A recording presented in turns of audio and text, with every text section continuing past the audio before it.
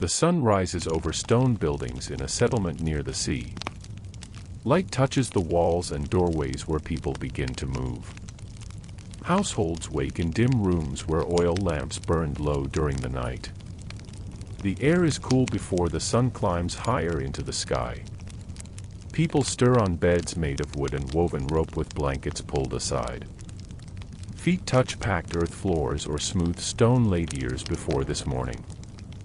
Water sits in large ceramic vessels near doorways from the evening before. Hands dip wooden cups into the water and people drink standing still. The water tastes of clay and the spring from which it came. Bread from yesterday sits on low tables wrapped in cloth to keep away dust. People break pieces and chew slowly while standing or sitting on stools. The bread is hard enough to require effort but soft enough to eat. Doors open onto narrow streets where other doors are also opening now. Neighbors step outside and nod to one another without speaking many words. The same faces appear each morning in the same doorways at similar times. Roosters call from courtyards where chickens scratch at the ground looking for seeds. Goats bleat from pens waiting for someone to bring them water or food. The settlement sits where it has sat for generations without moving or changing shape. Stone walls mark boundaries between one household and another household beside it. Roofs are made of clay tiles that rest on wooden beams cut from trees. The tiles overlap to keep rain from entering during wet seasons when rain falls. Smoke begins to rise from some roof tiles where cooking fires are being rekindled from embers. People move through the same rooms they moved through the day before this one. They touch the same jars and benches and doorframes they have touched many times. Objects sit where they were placed and remain there until hands move them again. The rhythm of waking and standing and drinking water repeats as it repeated yesterday. There is no surprise in the morning light or in the movements it reveals. Children wake more slowly and are guided by older hands to dress and eat. Cloth wraps around bodies in ways learned young and repeated without thought now. Sandals are tied or feet remain bare depending on the work ahead today. The work is similar to the work of other days in this season. Tasks wait in fields or workshops or kitchens as they always wait each morning. The settlement continues as it continued before today and will continue after today ends. Walls stand. Roofs cover. Doors open and close. People move between the same spaces performing actions their parents performed before them in these very rooms. Men leave households when the sun is still low in the eastern sky. They walk along paths worn smooth by feet that walked these same paths before. The paths lead to fields outside the settlement where grain grows in rows. The grain is barley or wheat planted in soil turned many times over many seasons. Men carry tools made of wood and iron shaped by hands in workshops within the settlement. The tools are hoes and sickles kept in storage rooms between uses and brought out again. Handles are worn smooth where hands grip them day after day during working months. Iron blades show marks from sharpening on stones kept for that purpose alone. Men walk without speaking much as they walk toward the fields in groups of 2 or 3. Fields stretch across flat land or slope gently toward the sea visible in the distance. Soil is dark in some areas and lighter in others depending on what was planted. Rows run parallel to one another separated by narrow spaces where feet can walk. Weeds grow between the grain and must be pulled or cut away regularly. Men bend to pull weeds and place them in piles to dry in the sun. The motion of bending and pulling repeats across the length of each row. One row ends and another row begins beside it requiring the same motion again. Hands grasp weed stems near the soil and pull until roots come free. The pile of pulled weeds grows slowly as the morning continues and the sun rises. Sweat forms on skin and is wiped away with the back of a hand. Women remain in households attending to tasks that fill the hours until midday. They grind grain into flour using stones shaped for grinding grain into flour. One stone sits flat and another stone is moved across it in circular motions. Grain is poured between the stones and pressed until it becomes powder that gathers. The motion continues until enough flour is made for the day's bread or the next day. Water must be carried from the well or spring to the household each day. Large ceramic jars are filled and carried by women who walk carefully to avoid spilling. The jars are heavy when full and rest on hips or shoulders during the walk. Water sloshes inside the jars with each step taken along the uneven path between the source and home. Bread is made from flour mixed with water and salt in wooden bowls. Hands knead the mixture until it becomes dough that holds together in a mass. The dough sits covered while other tasks are completed in the same room. Fires are built in hearths using wood collected and stored in dry places near the kitchen. Flames grow from small beginnings when air is blown across the kindling carefully. Dough is shaped into flat rounds or loaves and placed near the fire's heat. The bread bakes slowly and must be turned to cook evenly on all sides. The smell of baking bread fills the room and drifts into the street outside. Other households are also baking bread at similar times, creating similar smells throughout the settlement. Children are given tasks appropriate to their size and strength and age and years. They carry water in smaller vessels or gather eggs from chickens in the courtyard. They sweep floors with brooms made of bound twigs tied to wooden handles with cord. Dust is swept toward doorways and then swept outside into the street where it settles. The same dust will be swept again tomorrow from the same floors. Goats are led from pens to areas where grass grows or where leaves can be reached. Children watch the goats to ensure they do not wander beyond the permitted areas. The goats eat steadily and move slowly from one patch of growth to another. Their bells make sounds that indicate where they are without needing to watch them constantly. Olive trees grow on hillsides beyond the grain fields in groves planted long ago. The trees are old and thick-trunked with branches that spread wide above the ground. Leaves are gray-green and small and remain on the trees through most seasons. Olives form on branches during certain months and are picked when they reach the right size. Men move among the trees checking the branches and the soil around each tree's base. Weeds are cleared away and soil is loosened with tools to allow water to reach roots. The work is slow and repetitive and requires attention to each individual tree in turn. One tree is tended and then another tree nearby is tended in the same manner. Workshops in the settlement contain men who shape clay or work metal or cut wood. They sit or stand at benches performing motions learned over years of practice and teaching. Clay is shaped on wheels that spin when pushed by foot or hand in continuous circles. The clay rises and hollows under pressure from fingers that press and guide it into forms. Metal is heated in fires until it glows and then hammered on anvils with heavy tools. The hammering creates shapes from shapeless pieces brought from elsewhere or reused from broken objects. Sparks rise with each strike and fade before reaching the ground below the workspace. The metal cools and is heated again multiple times during the shaping process that continues. Wood is cut with saws and smoothed with blades and joined with pegs or glue. Planks become parts of furniture or tools or structural elements for buildings being repaired. The wood smells of the tree it came from and the smell lingers in the workshop. Shavings gather on the floor and are swept into piles and removed at the end of working time. Midday arrives when the sun is directly overhead and shadows are shortest beneath objects and people. Work pauses and people rest in shaded areas or return to households to eat and drink. Bread and olives and cheese are eaten without ceremony or lengthy preparation required before eating. Wine mixed with water is drunk from cups that are refilled until thirst is satisfied. The rest period lasts while the sun is highest and the heat is strongest outside. People sit or lie down in cool rooms with small windows that limit sunlight entering. Conversation is quiet or absent as bodies rest from the morning's efforts and prepare for continued work. The same rest happens each day at this same time in the same way.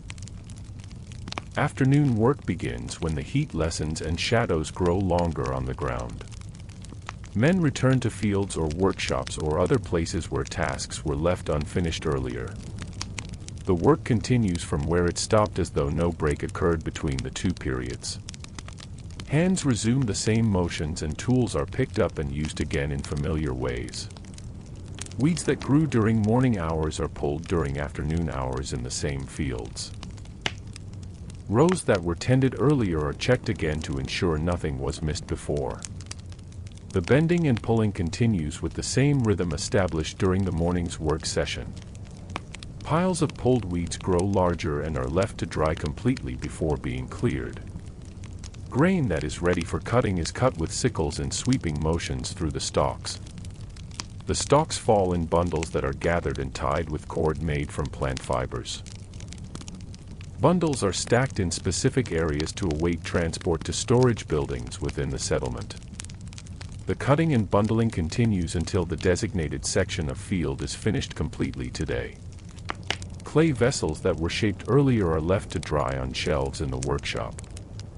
The potter checks them periodically to see if they are ready for the next step. Vessels that are dry enough are placed in the kiln to be fired later. The kiln is filled carefully with multiple vessels arranged to fit without touching one another. Women prepare food for the evening meal while daylight remains to see clearly inside the kitchen. Vegetables are cut with knives on wooden boards worn smooth from years of cutting. Lentils or beans are sorted to remove stones and then placed in pots with water. The pots are positioned over fires that burn steadily with wood added as needed.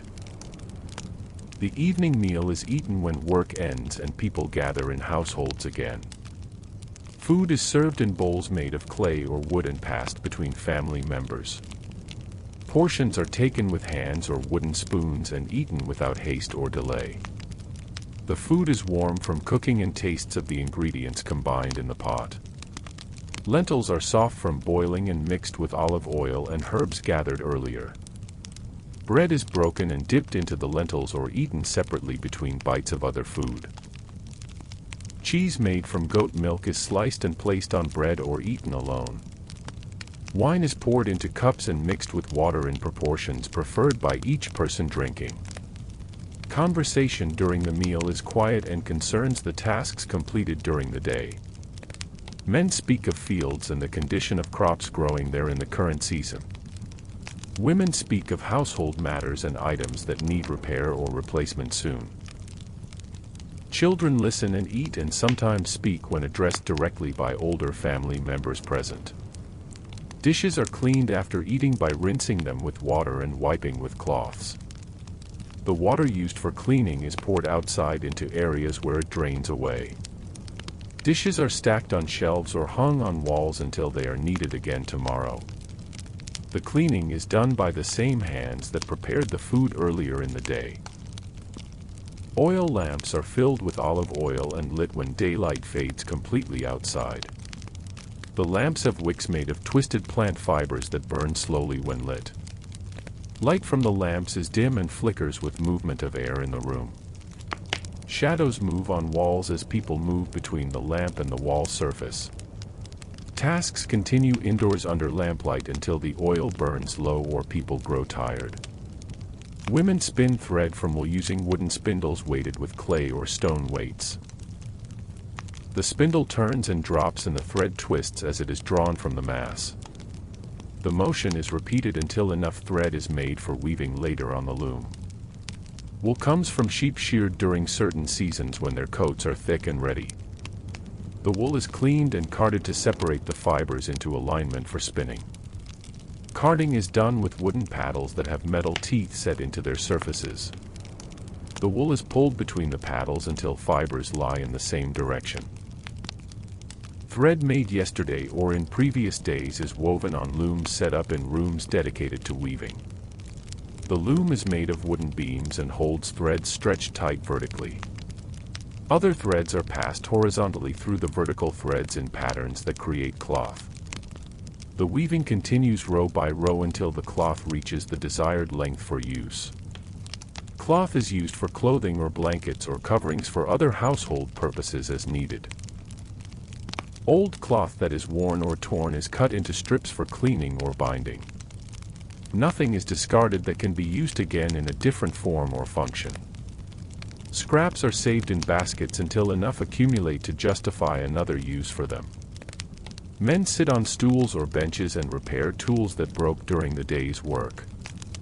Handles that cracked are replaced with new wood cut and shaped to fit the tool. Bindings made of leather or cord are retied or replaced when they loosen or break.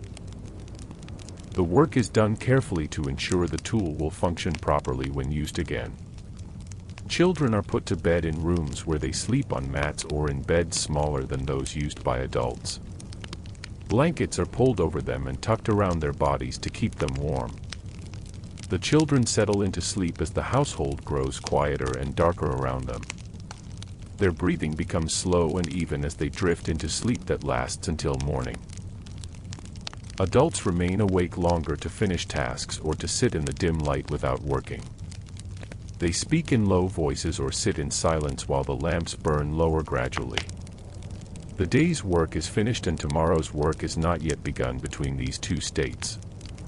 Time passes slowly in the quiet space after children sleep and before adults sleep too. Lamps are extinguished by blowing out the flame or covering it to smother the fire. Darkness fills the rooms except for faint light from outside if the moon is visible. People move to their beds by memory of where things are placed in the room. Blankets are pulled up and bodies settle into positions familiar from many nights of sleeping here. Sleep comes at different speeds to different people but comes eventually to all of them.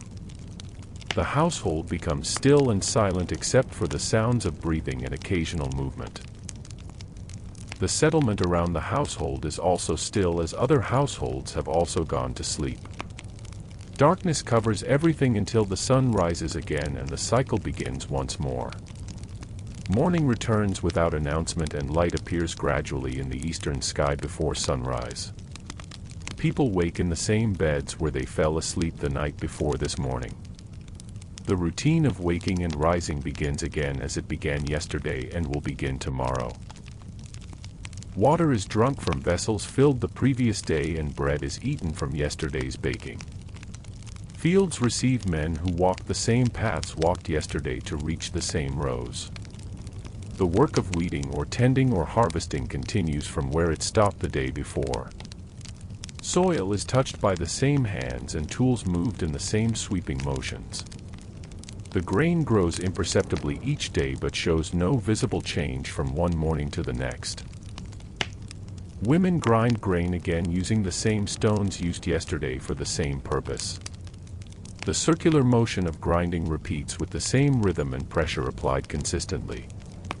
Flour gathers in the same way and is swept into the same containers for storage. Water is carried from the same source along the same path to the same household. Bread is mixed and kneaded and shaped and baked following the same steps as before. The dough feels the same in the hands and rises at the same rate near the fire. The smell of baking is identical to yesterday's smell and the day before that smell. Bread comes out of the heat looking and tasting as bread has always looked and tasted. Children perform their assigned tasks without needing to be told each step to take. They have learned through repetition what is expected at what time during the day. Eggs are collected from the same nests and water carried in the same small jars. Goats are led to the same grazing areas and watched with the same level of attention. Olive groves are checked by men who walk between the same trees in the same order. The trees stand where they have stood for longer than any person now living remembers. Branches are examined for signs of disease or damage from wind or animals passing through. Soil around the base of each tree is maintained in the same condition year after year. Workshops continue to produce the same types of objects they have always produced using the same methods. Clay becomes bowls and jars and storage vessels shaped on wheels or by hand. Metal becomes tools and fittings and implements heated and hammered into familiar forms. Wood becomes parts of larger structures or stands alone as completed objects of utility. The potter's wheel turns at the same speed as it turned yesterday when other vessels were made. The clay rises under the same pressure and forms the same shapes needed by households. Vessels dry at the same rate depending on the air's dampness and the vessel's thickness. Firing happens when enough vessels have accumulated to make heating the kiln worthwhile and efficient. Metal tools are sharpened on stones kept wet with water dripped from small containers nearby.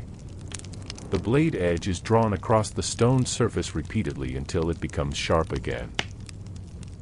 The angle of the blade against the stone remains constant throughout the sharpening process each time. Sparks do not fly during sharpening as they do during the initial forging of metal. Wood shavings continue to fall as planks are smoothed with blades drawn along the grain. The blade removes thin layers with each pass until the surface feels smooth to touch. Knots in the wood are worked around or removed depending on the wood's intended use. The smell of fresh cut wood fills the workshop as it has filled it before.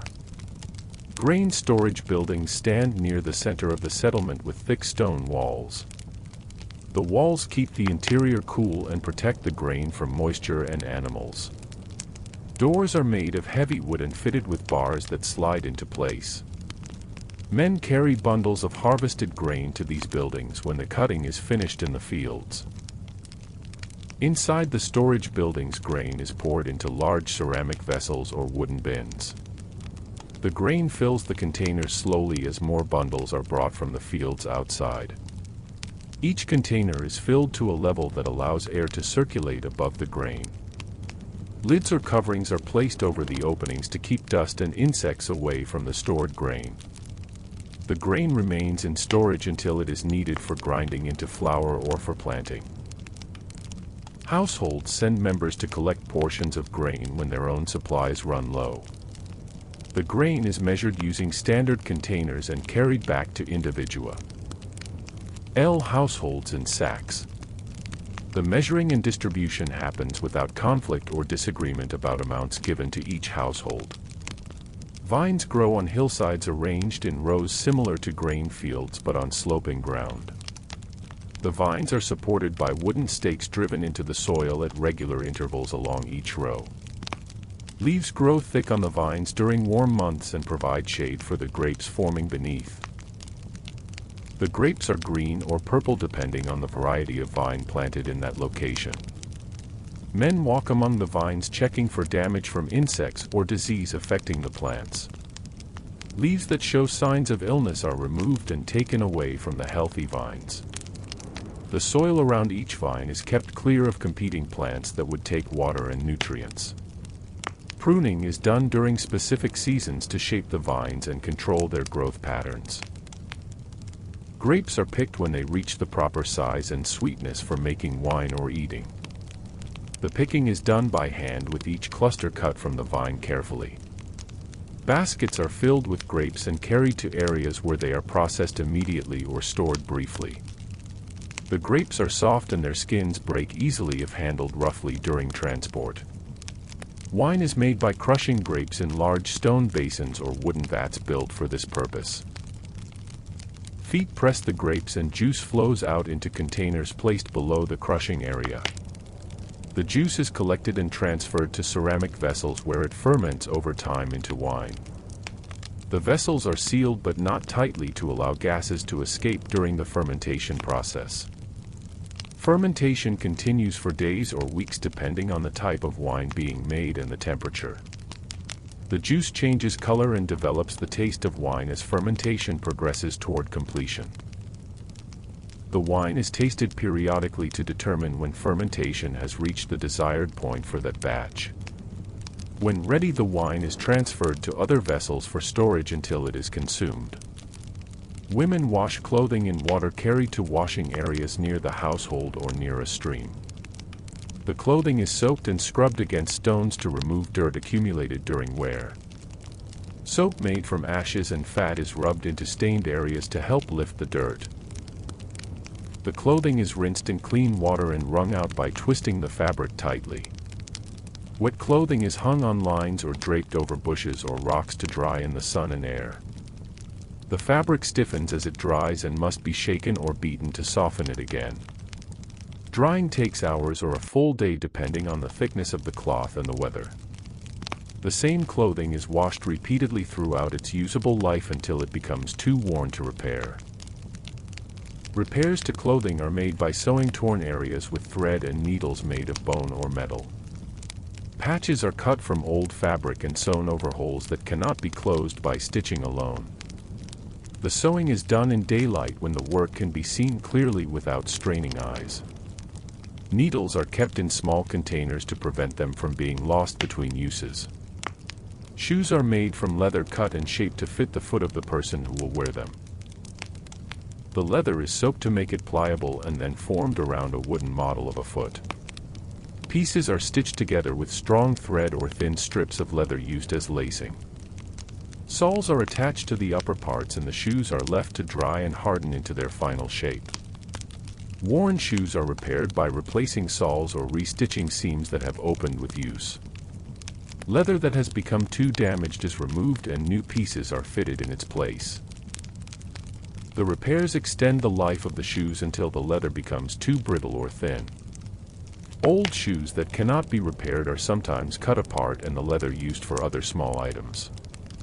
Courtyards between buildings are swept each day to keep them clear of debris and droppings from animals. Brooms move dust and small stones toward edges where they are collected and removed. The sweeping happens in the morning before the day's heat makes outdoor work uncomfortable for extended periods. The same courtyards are swept tomorrow and the day after in the same manner as today. Animals kept in courtyards or nearby pens require feeding and watering each day without exception.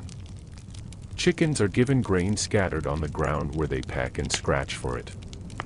Goats receive hay or are led to areas where they can graze on growing plants.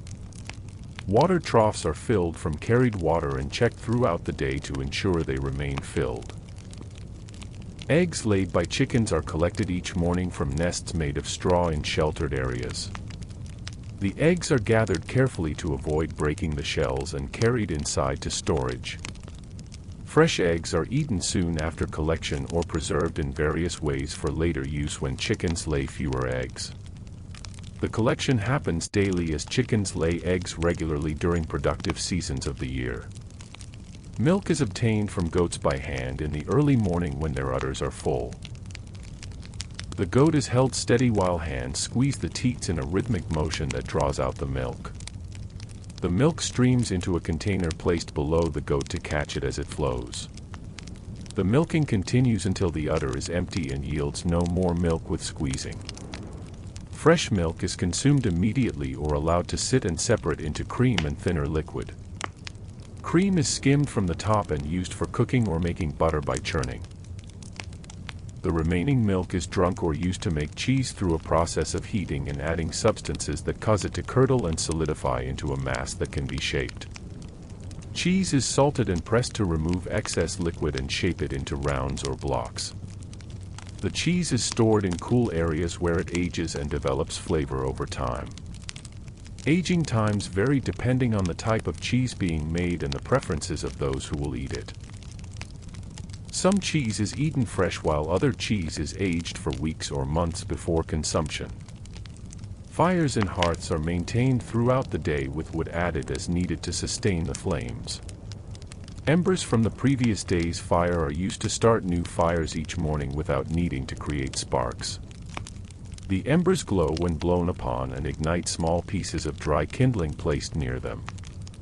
Flames grow as larger pieces of wood are added once the kindling has caught fire. Smoke rises from fires and exits through openings in the roof or through chimneys built into walls. The smoke carries away some of the heat and smells of cooking and burning wood.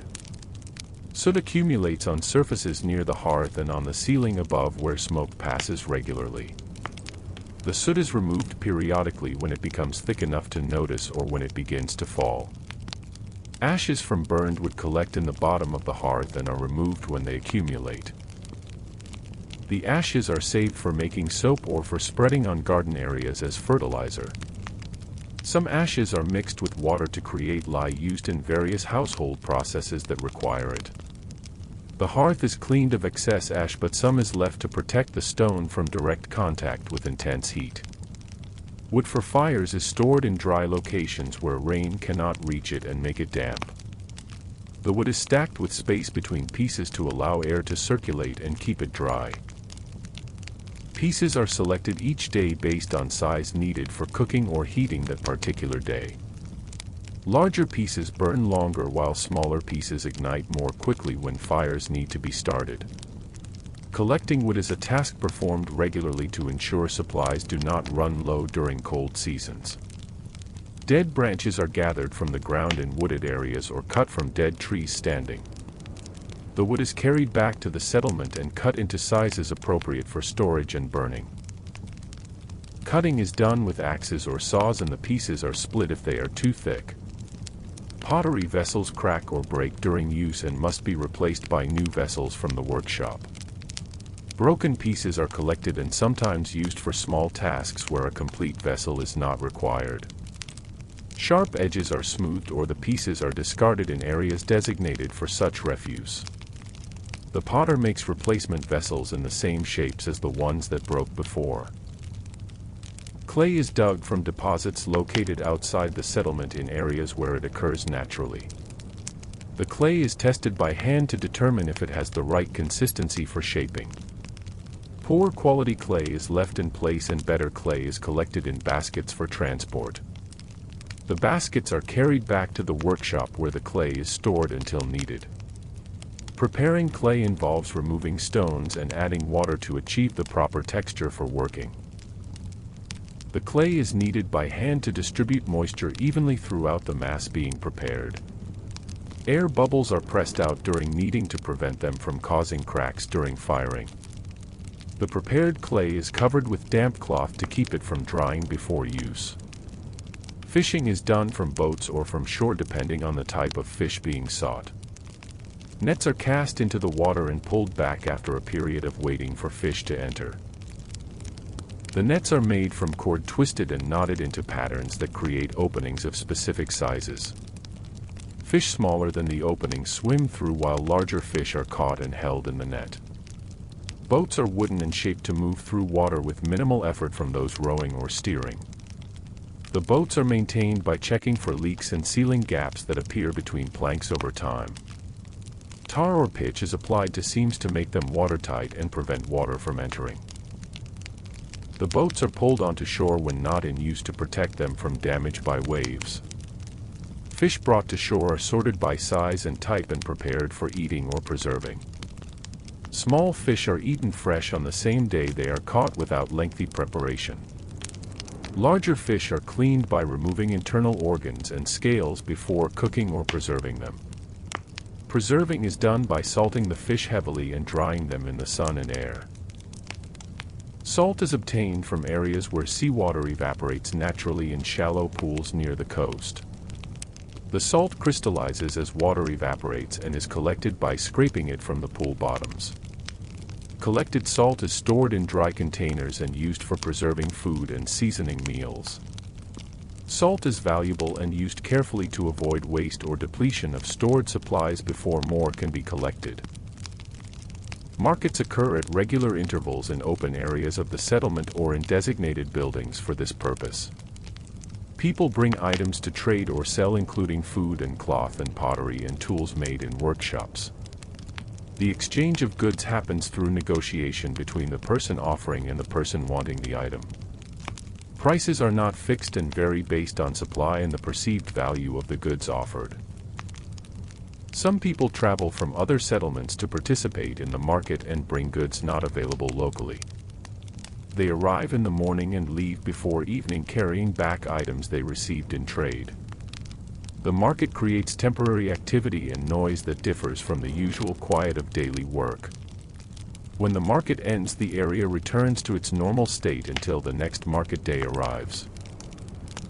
Honey is collected from wild bees living in hollow trees or rock crevices in areas outside the settlement. The bees are smoked to calm them before the honey is removed from the hive structure. Honeycomb is cut away and placed in containers while bees fly around in agitation at the disturbance. The person collecting honey is sometimes stung despite precautions taken to minimize this occurrence during the collection process. Honey is eaten as a sweetener or used in preparing certain foods that benefit from added sweetness. Beeswax from the honeycomb is separated from the honey and used for making candles or sealing containers. The wax is melted and poured into molds or applied as a coating to surfaces needing protection. Candles made from beeswax burn cleaner than oil lamps but are used less frequently because beeswax is scarcer. Herbs grow in gardens near households or are gathered from wild areas where they occur naturally. The herbs are used for flavoring food or for making remedies for common ailments and discomforts. Leaves are picked and dried by hanging them in bundles in areas with good air circulation. Dried herbs are stored in containers and small amounts are used as needed throughout the year. Remedies are made by boiling herbs in water or mixing them with oil or honey to create preparations. The preparations are consumed or applied to the skin depending on the nature of the ailment. Knowledge of which herbs help which conditions is passed from older people to younger people through demonstration. The effectiveness of remedies varies and some conditions improve while others do not respond to treatment attempted. Walls around the settlement are built from stone stacked and fitted together without mortar in some sections. In other sections, mortar made from lime and sand holds the stones in fixed positions more securely. The walls are thick enough to provide protection and tall enough to prevent easy entry by animals or people. Gates in the walls are open during the day and closed at night for security and control of access. Maintaining walls involves replacing stones that have fallen and repairing sections damaged by weather or other causes. The work is done by men who understand how to fit stones together so they remain stable. Mortar is mixed fresh when needed and applied to joints between stones where it is required. The walls stand for many years with only periodic maintenance needed to keep them functional and intact. Paths within the settlement are worn by foot traffic and become uneven over time from constant use. Stones are placed in muddy sections to provide stable walking surfaces during wet weather and rainy seasons. The stones sink gradually into the mud and must be adjusted or replaced when they no longer serve their purpose. Paths are not formally constructed but develop naturally where people walk most frequently between common destinations and important locations. Roof tiles shift or break and require replacement to prevent leaks during rain that falls seasonally. Climbing onto roofs is necessary to inspect and repair tiles that have moved out of position. Broken tiles are removed and new tiles are fitted into the gaps left by their removal. The work is done during dry weather when roofs are safe to walk on without slipping and falling. Tile makers shape clay into flat rectangular pieces that overlap when placed on roof structures properly. The tiles are dried and fired in kilns just as pottery vessels are fired for hardening. Large numbers of tiles are made at one time to provide replacements for roofs throughout the settlement. Tiles are stored in stacks until they are needed for new construction or repair of existing roofs. Rain fills cisterns built to collect and store water for use during dry periods when rainfall is infrequent. The cisterns are lined with waterproof material to prevent collected water from seeping into the surrounding ground. Water from cisterns is drawn using buckets lowered on ropes and then carried to where it is needed. Cisterns are covered to keep debris and animals from falling in and contaminating the stored water supply. Wells are dug deep into the ground to reach water that flows underground in layers of porous rock. The wells are lined with stone to prevent the sides from collapsing inward and blocking access to water. Drawing water from wells requires lowering a bucket on a rope until it fills and then pulling it back. The rope passes over a wooden beam or through a pulley to make lifting the filled bucket easier. Water drawn from wells is the same water drawn yesterday and will be drawn again tomorrow. The bucket descends and rises with the same motion repeated by the same hands or different hands. The rope shows where it passes over the wooden beam and is checked for fraying regularly.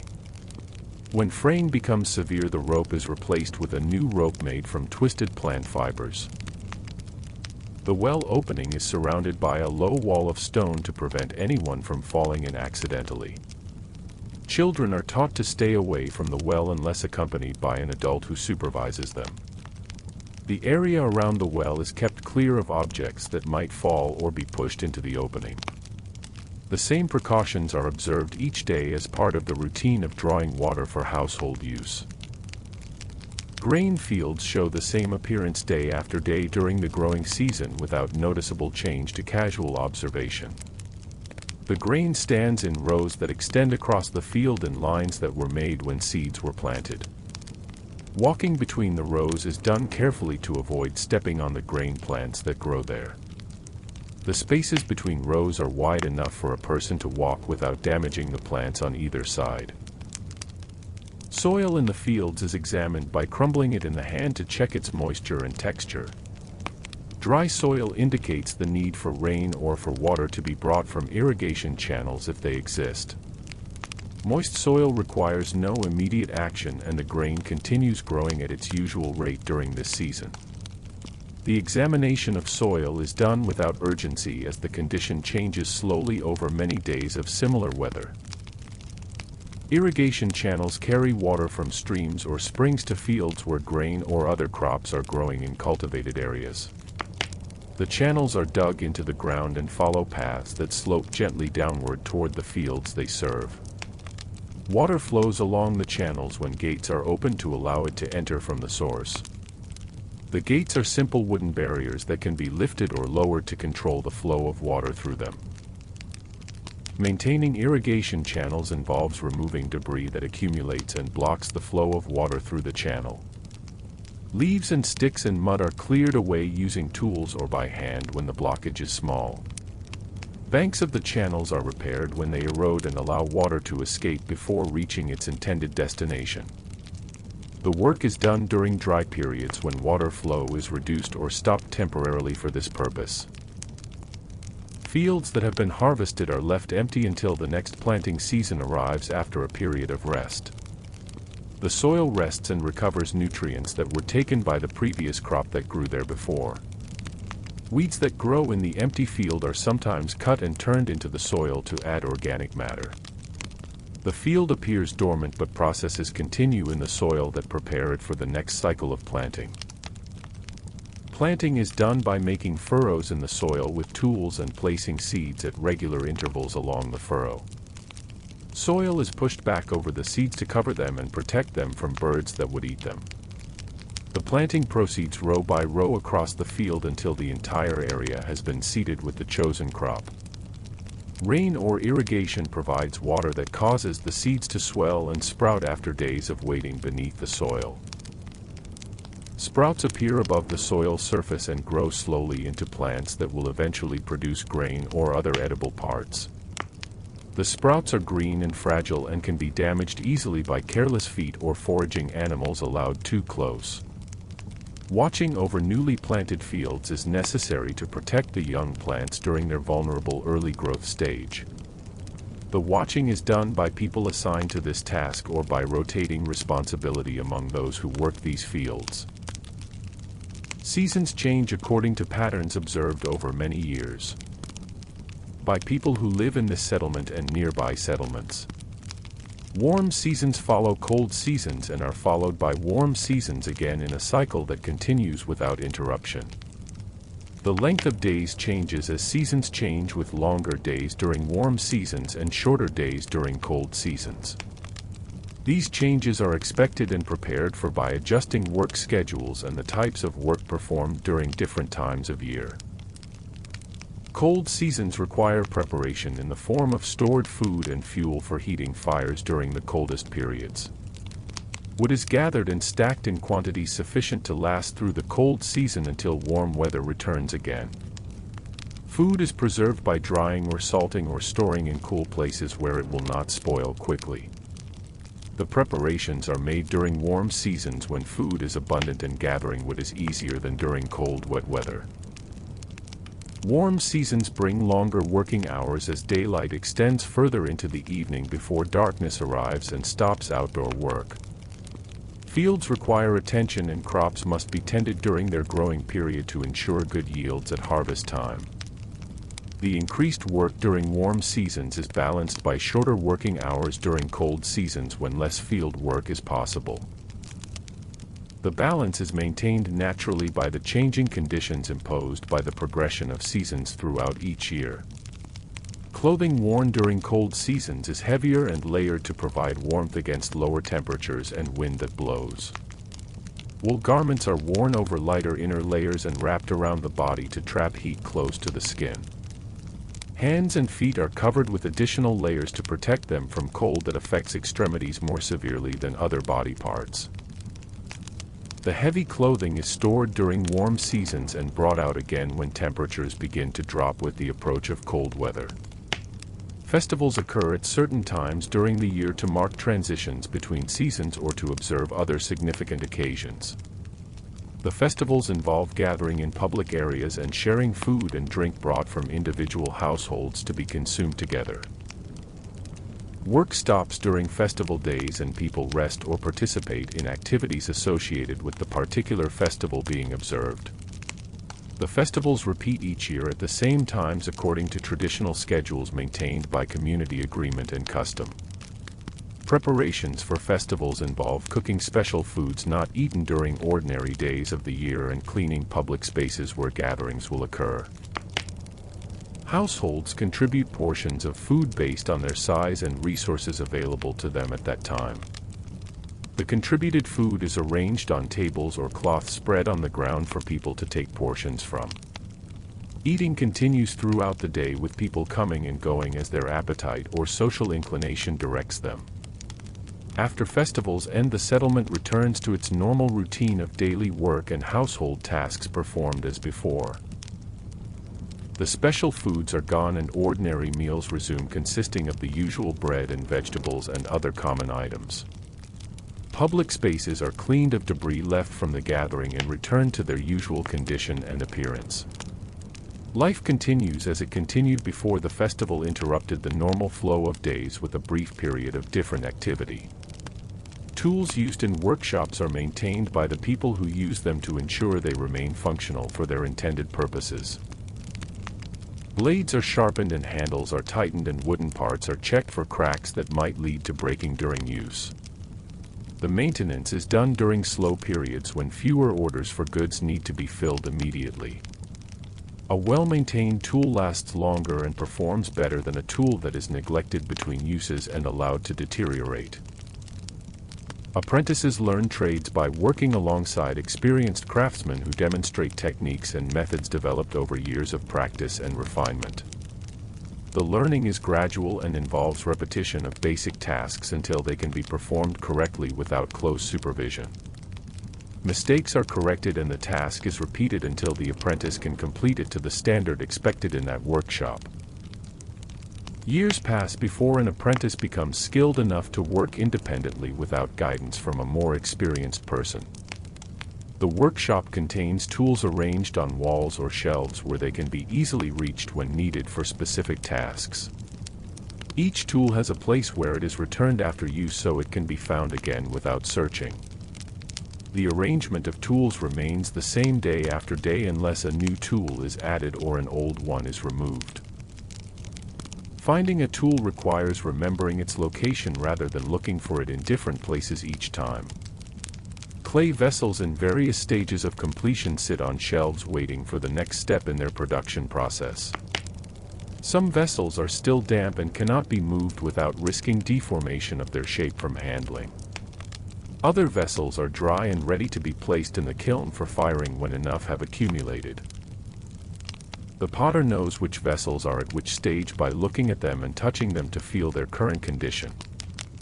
Firing the kiln takes most of a day from building the fire to allowing the vessels to cool afterward. Wood is fed into the fire chamber steadily to maintain the temperature needed to harden the clay completely. The potter judges the temperature by observing the color of the flames and the appearance of the kiln interior through small openings. When the firing is complete, the kiln is sealed and left to cool slowly overnight before being opened again. Cooled vessels are removed from the kiln and inspected for cracks or other defects that occurred during the firing process. Vessels with serious flaws are set aside and sometimes broken to reclaim the clay for reuse in new work. Acceptable vessels are cleaned of ash and soot and stored or delivered to those who ordered them previously. The cycle of making and firing vessels continues as long as clay and fuel for the kiln are available. Leather workers shape hides from animals into useful items such as bags and straps and protective coverings for various purposes. The hides are cleaned of hair and flesh by scraping them with blades held at specific angles to the surface. Scraping is repeated until the hide is smooth on both sides and ready for the next treatment step. The scraped hides are soaked in solutions that preserve them and make them supple enough to work without cracking. Cutting leather requires sharp knives and careful measurement to avoid wasting material on pieces cut incorrectly the first time. Patterns are made from wood or stiff material and traced onto the leather before cutting begins along the marked lines. Cut pieces are assembled by stitching them together with awls to make holes and thread to join the edges. The stitching must be tight and even to create strong seams that will not separate during use of the finished item. Finished leather goods are stored until needed or sold to people who require them for their own use or trade. The leather worker maintains a supply of commonly needed items ready for immediate sale or exchange when requested. Custom items are made to order based on specific measurements and requirements provided by the person ordering them. The time needed to complete custom work varies depending on the complexity of the item and the current workload in the shop. Blacksmiths work with iron heated to temperatures that make it soft enough to shape with hammering and bending techniques. The forge burns charcoal that produces intense heat concentrated in a small area where the iron is placed. Air is blown into the forge through a bellows operated by hand or foot to increase the temperature of the fire.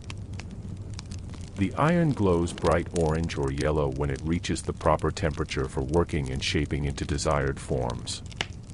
Hammering iron on an anvil produces loud ringing sounds that echo through the workshop and into the surrounding area.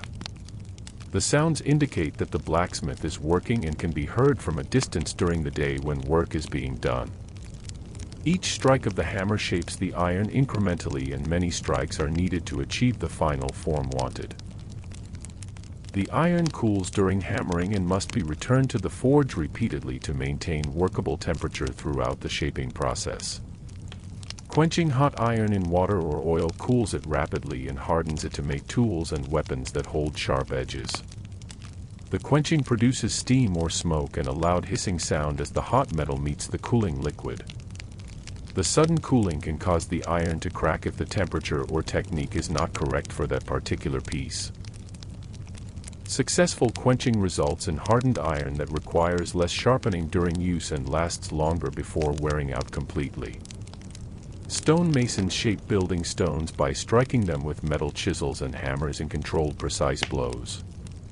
The stone chips away where struck and gradually takes the form intended by the mason working on it. Dust from the chipping covers the mason's hands and clothing and fills the air around the work area with fine particles. The dust settles on surfaces and must be cleaned away periodically to maintain visibility and comfort while working continues.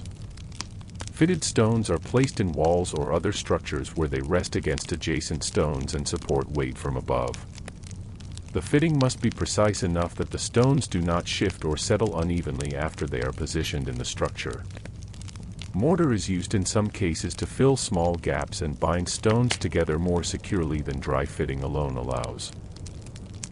The mortar hardens over time and becomes nearly as strong as the stone itself in holding the structure together against forces that might displace it. Carpenters join wood pieces using various techniques that create strong connections between separate components of a larger assembly. Mortise and tenon joints are cut with saws and chisels to create interlocking parts that fit together tightly when assembled. Pegs driven through holes drilled across the joint lock the parts in place and prevent them from separating during use. Glue made from animal materials is sometimes applied to joint surfaces before assembly to increase the strength of the connection further.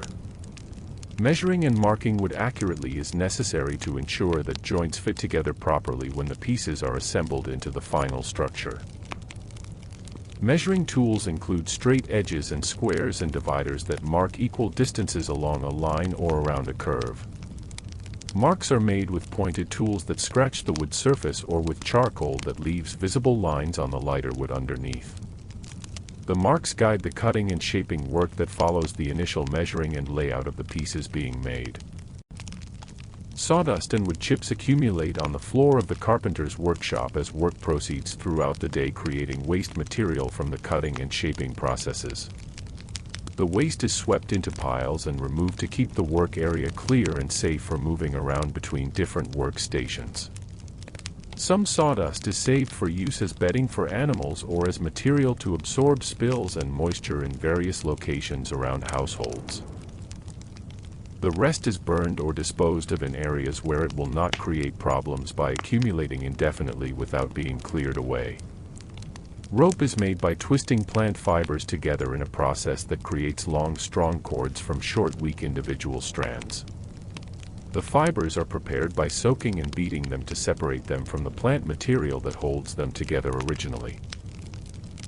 Cleaned fibers are combed to align them in the same direction before twisting begins using tools that spin the fibers together under tension. The twisting continues as more fiber is added to the growing rope until it reaches the desired length for its intended use. Finished rope is coiled and stored in dry locations where moisture will not cause it to rot or weaken before it is used. Rope is used for tying and lifting and pulling and many other tasks that require flexible, strong connections between objects. Different thicknesses of rope are made for different purposes, with thick rope used for heavy loads and thin rope used for lighter tasks. The rope maker maintains supplies of various sizes to meet the varying needs of people who purchase or trade for rope when they need it. Baskets are woven from flexible plant materials gathered from areas where such plants grow in sufficient quantities for harvesting. The materials are cut and sorted by size and flexibility to separate pieces suitable for different parts of the basket structure. Thicker pieces form the framework, while thinner, more flexible pieces are woven between the framework to create the sides and bottom. The weaving follows patterns learned through observation and practice over time until the technique becomes automatic and requires little conscious thought. A finished basket is sturdy enough to carry grain or vegetables or other items without breaking or losing its shape under the weight. Handles are woven into the structure or attached separately depending on the design being followed for that particular basket. The basket is used until it wears out from repeated use and exposure to moisture and weight of contents carried in it. Worn baskets are sometimes repaired by replacing damaged sections, or they are discarded when repair is no longer practical or possible. Baskets of different sizes serve different purposes in households and workshops throughout the settlement where such containers are needed regularly. Small baskets hold sewing materials or small tools or food items that would be lost or mixed together without a container. Large baskets carry harvested crops from fields or laundry to washing areas, or firewood from storage to hearths where it will be burned. The baskets are made as needed to replace ones that have worn out or to provide new ones for tasks that arise. Floors in households are swept daily to remove dirt tracked in from outside and debris that accumulates from daily activities inside the rooms. Brooms made from bound plant stems are pushed across the floor in overlapping strokes that move dust and small particles toward the doorway. The swept material is pushed outside into the street where it mixes with dirt already present there from other households doing the same cleaning. The floor is cleaned for a few hours before foot traffic brings in new dirt that will be swept again tomorrow. Walls inside households are plain stone or plaster applied over stone to create a smoother surface that is easier to clean. The plaster is made from lime and sand mixed with water to form a paste that can be spread with flat tools. The paste dries and hardens into a solid surface that remains in place for years before it begins to crack or flake. Repairs to plaster walls are made by mixing new plaster and filling in damaged areas where the old plaster has failed. Furniture in households consists of basic pieces such as tables and benches and storage chests made from wood by local carpenters. The furniture is simple in design and construction with little decoration beyond the natural appearance of the wood used. Surfaces are smooth to prevent splinters but are not polished to a high finish that would require extensive labor to achieve. The furniture serves its function and lasts for many years with occasional repairs when joints loosen or wood cracks from age and use. Storage chests hold clothing and household items that are not in daily use and need to be kept clean and protected from dust. Lids on the chests fit loosely and can be lifted to access the contents stored inside the chest. The chests sit against walls or in corners where they do not interfere with movement through the room during daily activities. Contents of the chests are organized in layers with items used less frequently placed at the bottom beneath items needed more often. Bedding consists of mattresses stuffed with straw or wool or other soft materials that provide cushioning between the sleeper and the wooden bed frame. The mattresses are covered with cloth to contain the stuffing and keep it from poking through and irritating skin during sleep. Blankets woven from wool are layered over the sleeper according to the temperature and the season of the year when more or fewer layers are needed. The bedding is aired periodically by taking it outside and shaking it or hanging it in sunlight to freshen it and remove moisture absorbed from the air and from sleeping bodies. Windows in households are small openings in walls that allow light and air to enter the interior rooms.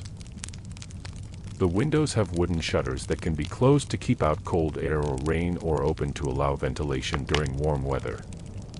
Glass is rare and expensive, so most windows are simply open holes with shutters as the only covering available.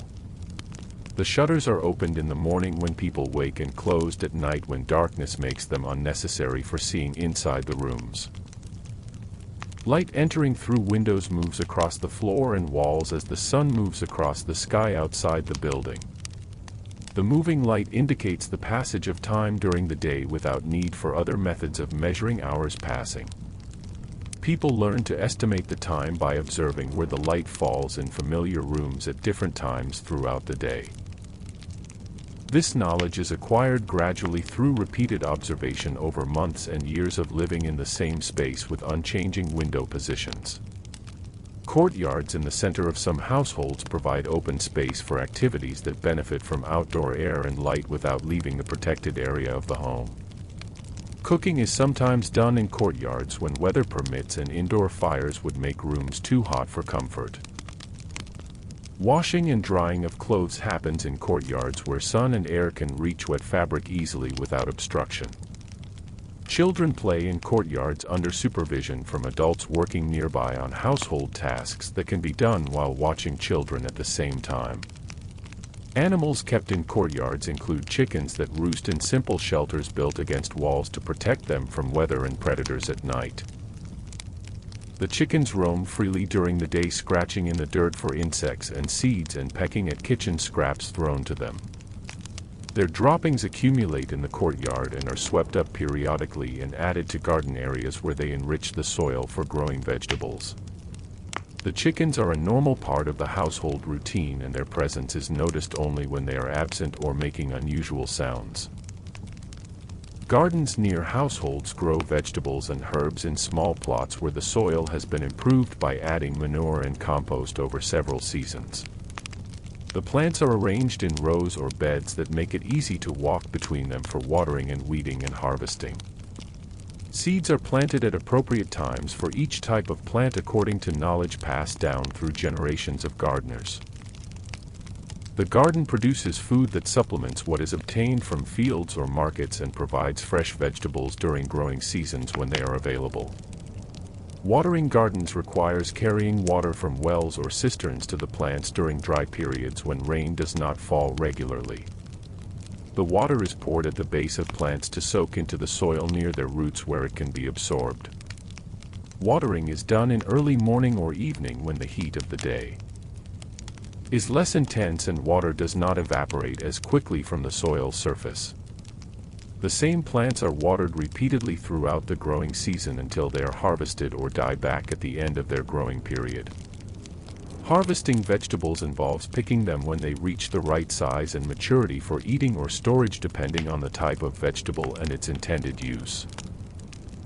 Some vegetables are eaten immediately while fresh and others are dried or preserved by other methods for use during seasons when fresh vegetables are not available. The harvesting is done carefully to avoid damaging the plants if they will continue producing more vegetables from the same plant over an extended period. Plants that produce only once are pulled up entirely when the harvest is complete and the space is prepared for planting something else. Composting plant waste and food scraps creates material that can be added to garden soil to improve its fertility and structure for supporting plant growth. The compost pile is located away from living areas because of the odors produced as the material decomposes over time into dark crumbly humus.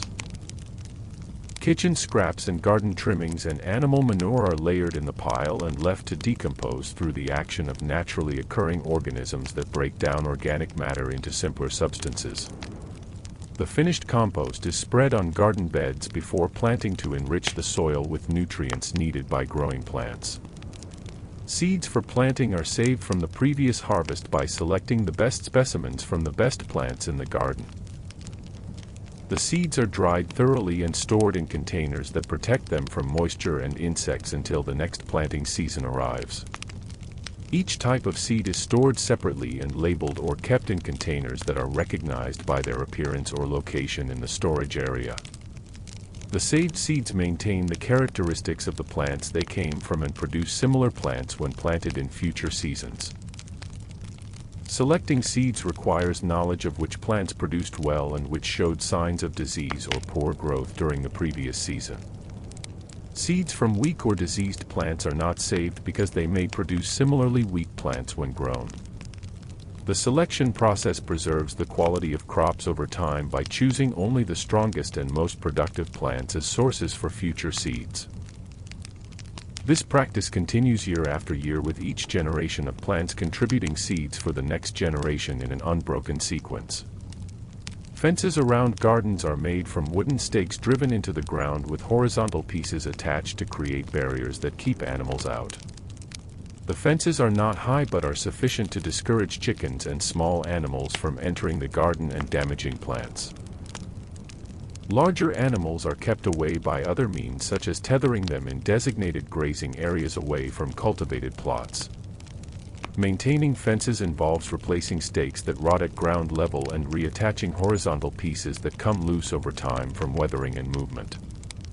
Paths between garden beds are kept clear of weeds and maintained at a consistent width for easy access to plants from both sides.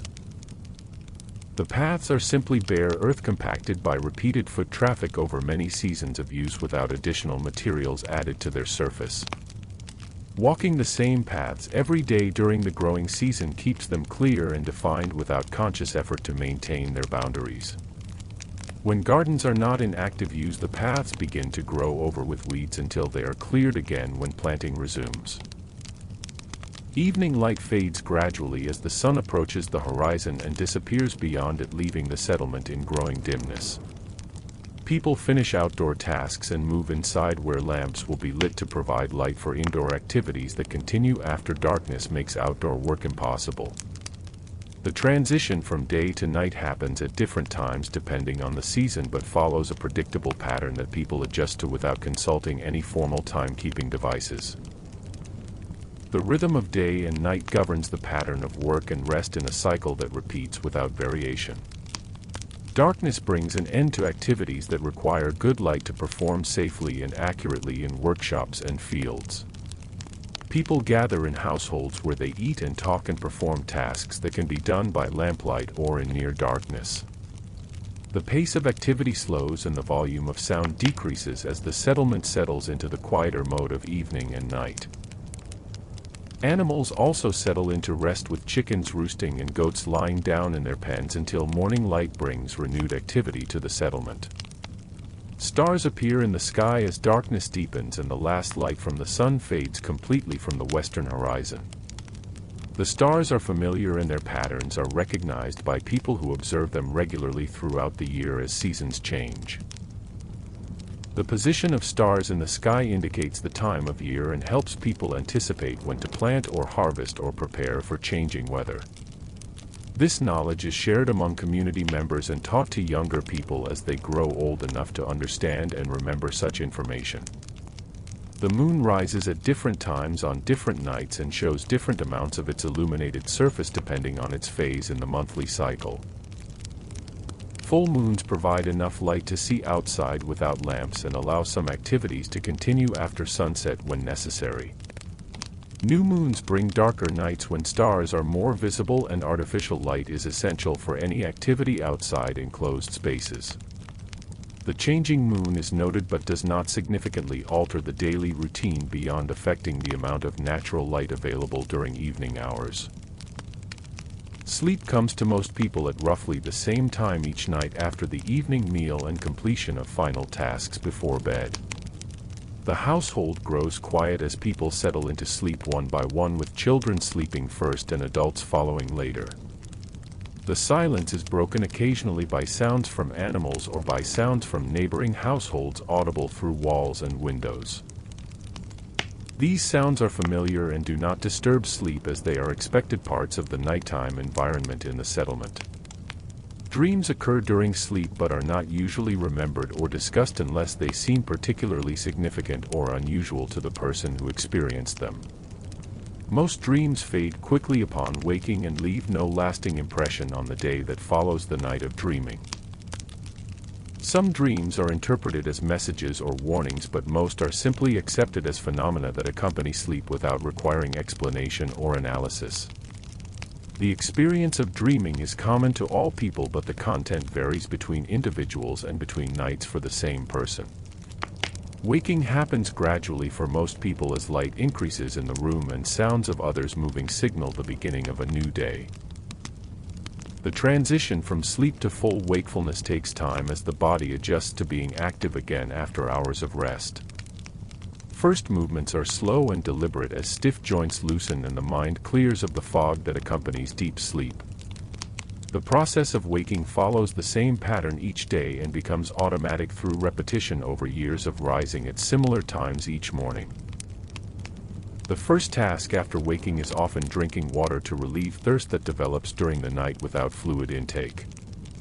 Water vessels are kept near sleeping areas for this purpose and are refilled regularly so water is available when needed. The water is cool from sitting overnight in the room and tastes slightly of the vessel it is stored in, whether clay or wood.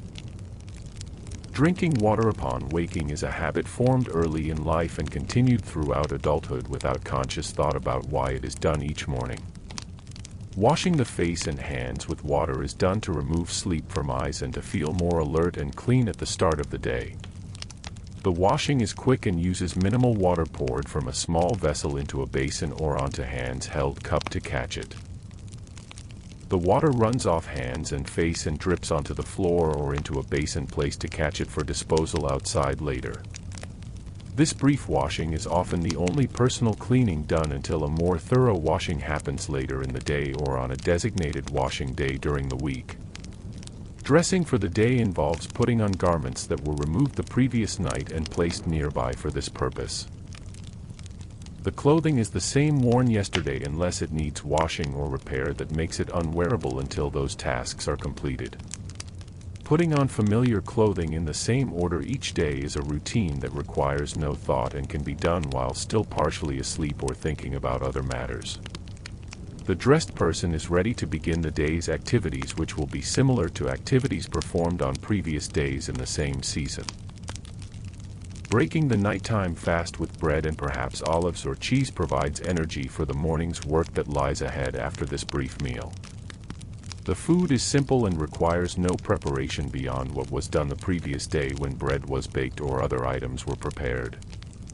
Eating is done standing or sitting briefly before leaving the household to begin work in fields or workshops or other locations where tasks await completion. The meal is sufficient to sustain work for several hours until a midday break allows time for more substantial eating and rest. Leaving the household in the morning means stepping into a day that will proceed much like other days have proceeded before it in an endless succession. The tasks waiting are familiar and the methods for completing them are well established through long practice and repetition. The day unfolds according to patterns set by season and weather and the rhythm of work that has developed over generations of people living in this settlement. There is comfort in the predictability even as there is monotony in the sameness of each day following the one before it. Walking to the fields follows the same route taken yesterday and the day before in a sequence of steps that requires no attention to direction or navigation. The path is worn into the ground by countless feet over many years, creating a visible track through the landscape.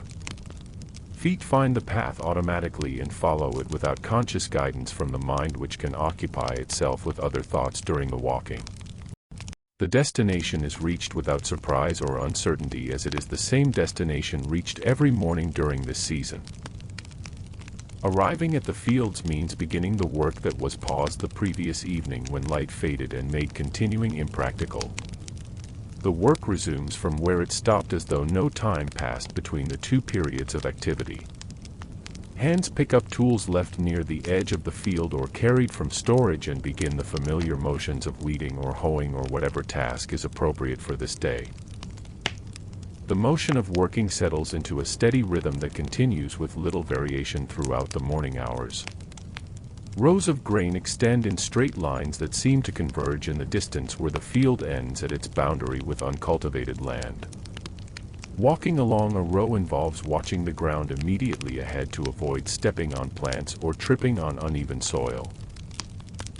The view remains largely the same as position changes along the row because each section resembles the sections before and after it. Completing one row means moving to an adjacent row and repeating the same work in the same manner as before. The sun climbs higher in the sky as morning progresses toward midday and the angle of light changes gradually across the field. Shadows shorten as the sun rises and will be shortest when the sun reaches its highest point overhead. The changing shadows provide a way to estimate how much time has passed since morning began and how much remains before the midday rest period. This estimation is automatic and based on experience rather than on any measured calculation of time or shadow length. Heat increases as the sun rises and the air warms from the temperature it held at dawn when work began. The warming is gradual and spreads through the body as movement generates additional heat from working muscles. Sweat appears on skin and dampens clothing in areas where it cannot evaporate quickly enough to keep the skin dry. The sensation of being warm is familiar and expected during this season and does not prevent work from continuing at its established pace. Thirst develops slowly as the body loses moisture through sweat and breathing during hours of continuous physical work in the warming air. Water is carried to the fields in vessels and drunk when thirst becomes noticeable enough to interrupt the rhythm of working. Drinking provides temporary relief and the work resumes immediately after the vessel is lowered and set aside again. Thirst returns gradually and will require another pause for drinking later when it again becomes strong enough to demand attention. Weeds grow between the grain plants and must be removed to prevent them from taking water and nutrients that the grain needs. Pulling weeds involves grasping them near the soil and pulling steadily until roots come free from the earth. The pulled weeds are placed in piles that will dry in the sun and eventually be cleared from the field. Some weeds break off above the roots and will regrow, requiring them to be pulled again in the future when they reach sufficient size to grasp and remove. The pile of pulled weeds grows as the morning continues and more weeds are added to it from sections of the row being worked. The pile represents progress in the task but also indicates how much work remains in rows not yet reached.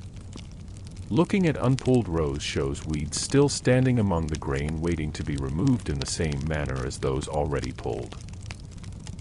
The remaining work is visible and finite but requires continued effort to complete over hours or days depending on the size of the field. Insects move among the plants and sometimes land on workers or fly near their faces during the work. The insects are ignored unless they bite or sting, which happens occasionally and causes brief interruption while the insect is brushed away and the bite is rubbed or scratched. Most insects are harmless and their presence is simply part of the environment where this work takes place. The sound of insects is constant and forms a background that is noticed only when it stops or changes significantly in volume or character. Birds fly over the fields or land in them to search for insects and seeds among the plants. The birds are also part of the familiar environment and are watched briefly when they come close enough to observe clearly. Some birds are recognized by their appearance or their calls and are known to appear during certain seasons or at certain times of day. The presence of birds is expected and their activities do not interfere with the work being done in the fields where they forage. Midday arrives when the sun is directly overhead and shadows are at their shortest beneath objects and people. Work pauses at this time and workers rest in whatever shade is available near the field edges where trees or structures provide relief from direct sunlight. Food brought from households is eaten during this rest period along with more water drunk to replace what was lost through sweating during the morning work. The rest lasts long enough to cool the body and restore some energy before afternoon work begins. Conversation during the midday rest is minimal and concerns practical matters related to work or household needs. The talk is quiet and interspersed with long silences as people chew food or simply sit without feeling the need to speak. The content of conversation is unremarkable and will not be remembered later as it contains no information that was not already known. Speaking serves more to acknowledge the presence of others than to convey meaningful new information between participants in the conversation. Afternoon work begins when the rest period ends and the heat has diminished slightly from its midday peak. The work continues in the same manner as morning work with the same tasks performed in the same rows that extend across the field. Fatigue from the morning's effort is present but not severe enough to prevent work from continuing at a pace only slightly slower than the morning pace.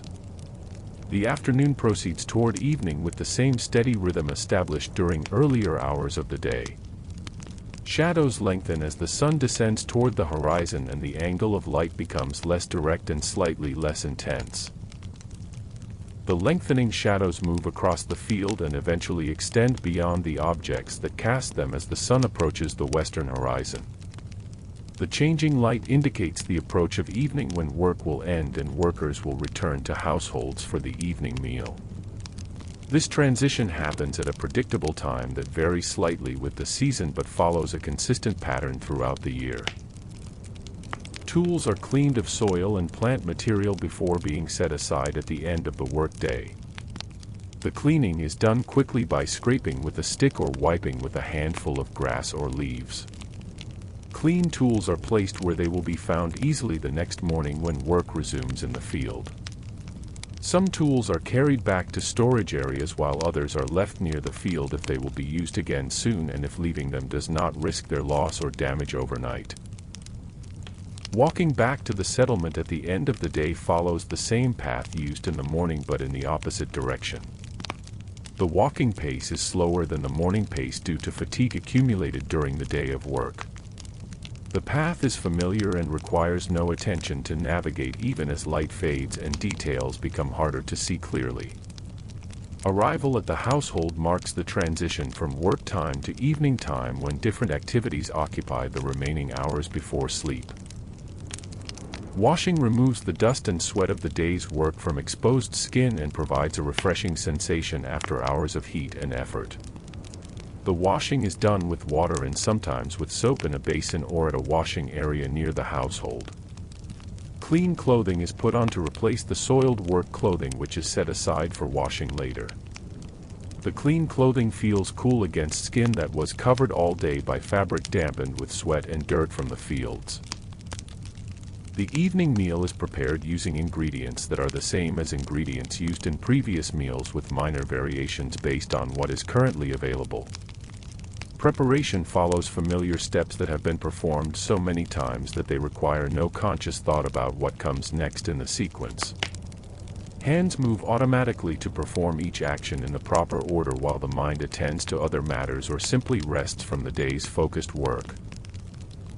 The resulting meal tastes as expected and provides the nourishment needed to sustain the body until the next meal tomorrow. Sitting to eat the evening meal allows the body to rest fully after the standing and bending and walking that filled the working hours. The chair or bench supports the weight that legs carried all day and allows them to relax completely. Eating is done slowly without urgency as there is time before sleep and no task waiting that cannot be delayed. The flavor of food is noticed but not remarked upon as it tastes as this food has always tasted. When prepared in this manner, conversation during the meal covers the same topics discussed during previous meals with small variations in specific details but no fundamental differences in content or meaning. The talk serves to maintain social connections between household members rather than to exchange important new information that will change anything. Listening to others speak requires little effort as the topics are familiar and the speaker's patterns of expression are known from long association. Responses come easily as they are drawn from a limited set of appropriate replies to common statements and observations. Cleaning after the meal involves the same actions performed after every meal using the same tools and methods that have proven adequate for this purpose. Dishes are rinsed and stacked and the table is wiped with a cloth dampened with water. Food scraps are collected for feeding to animals or adding to the compost pile where they will decompose into useful material. The cleaning is completed quickly as it is a simple task made simpler by repetition and the established routine for accomplishing it efficiently. Lamps are filled with oil and lit as daylight fades and the interior of the household becomes too dim for seeing clearly without additional light.